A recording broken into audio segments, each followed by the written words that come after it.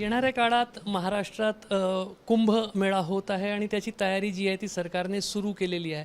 मात्र महाकुंभ प्रयागराजमध्ये झाल्यानंतर ज्या काही अडचणी आल्यात आणि आपण थोड्या वेळापूर्वी सुचवलंही होतं की प्रयागराजमध्ये खूप मोठ्या प्रमाणावर जागा उपलब्ध होती, नाशिकमध्ये विपरीत परिस्थिती, त्यामुळे काही अडचणी येऊ शकतात. विश्व हिंदू परिषद संपूर्ण व्यवस्थेमध्ये कसा हातभार लावणार आहे? महाराष्ट्र सरकारकडून काय अपेक्षा आहे? आम्ही अन्यसुद्धा कुंभांमध्ये चर्चा केलेली आहे. काही चर्चा आम्ही आता सुरू केलेल्या आहेत. त्या पूर्णतः होण्याच्या आधी काही बोलणं मला योग्य वाटत नाही. पण पूज्य संतांशी आपला संपर्क आहे, सरकारशी सुद्धा आपला संपर्क आहे, सरकारशी संपर्क ठेवणाऱ्या कार्यकर्त्यांशी आपला संपर्क आहे. त्यामुळे संवाद करून त्या प्रयत्न करून त्या ज्या काही अडचणी आहेत त्याच्यातून मार्ग काढण्याचा प्रयत्न आपण करू.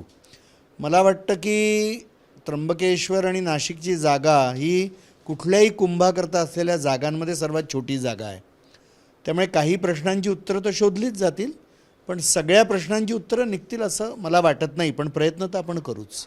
प्रयागराजमध्ये एक चेंगराचेंगरीची घटना घडली होती, त्यामुळे जेव्हा जागा कमी आहे तर दक्षता जास्त ठेवण्याची आणि व्यवस्था नीटनेटकी ठेवण्याची आवश्यकता वाटते.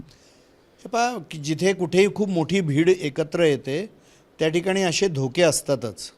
आणि म्हणून कोणत्या गोष्टी प्रयागमध्ये चांगल्या झाल्या आणि कोणत्या गोष्टी प्रयागमध्ये अधिक चांगल्या होऊ शकल्या असत्या आणि नाशिकच्या किंवा त्र्यंबकेश्वरच्या सुद्धा जुन्या सगळ्या कुंभांच्या व्यवस्थामध्ये कोणत्या गोष्टी चांगल्या झाल्या आणि कोणत्या अधिक चांगल्या होऊ शकल्या असता, निश्चितच त्याचा अभ्यास करून ह्याच्यातून मार्ग काढण्याचा प्रयत्न करेल. मला वाटतं एक प्रामाणिकपणे ह्याचा प्रयत्न झाला तर या सगळ्या प्रश्नांची उत्तरं निघतील. नाशिकच्या कुंभसंदर्भात आणखी एक छोटा वाद जो गेल्या काही दिवसांपासून सातत्याने होत आहे, नाशिकचा कुंभ म्हणायचा की त्र्यंबकेश्वरचा कुंभ म्हणायचा, असा हिंदू धर्मातीलच वेगवेगळे संघटन वेगवेगळ्या पद्धतीने मागणी करत आहे. दोन्हीकडचा आहे तो, दोन्ही ठिकाणी कुंभाची जागा आहे.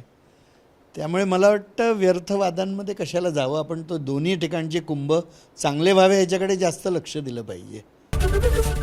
एबीपी माझा, उघडा डोळे बघा नीट.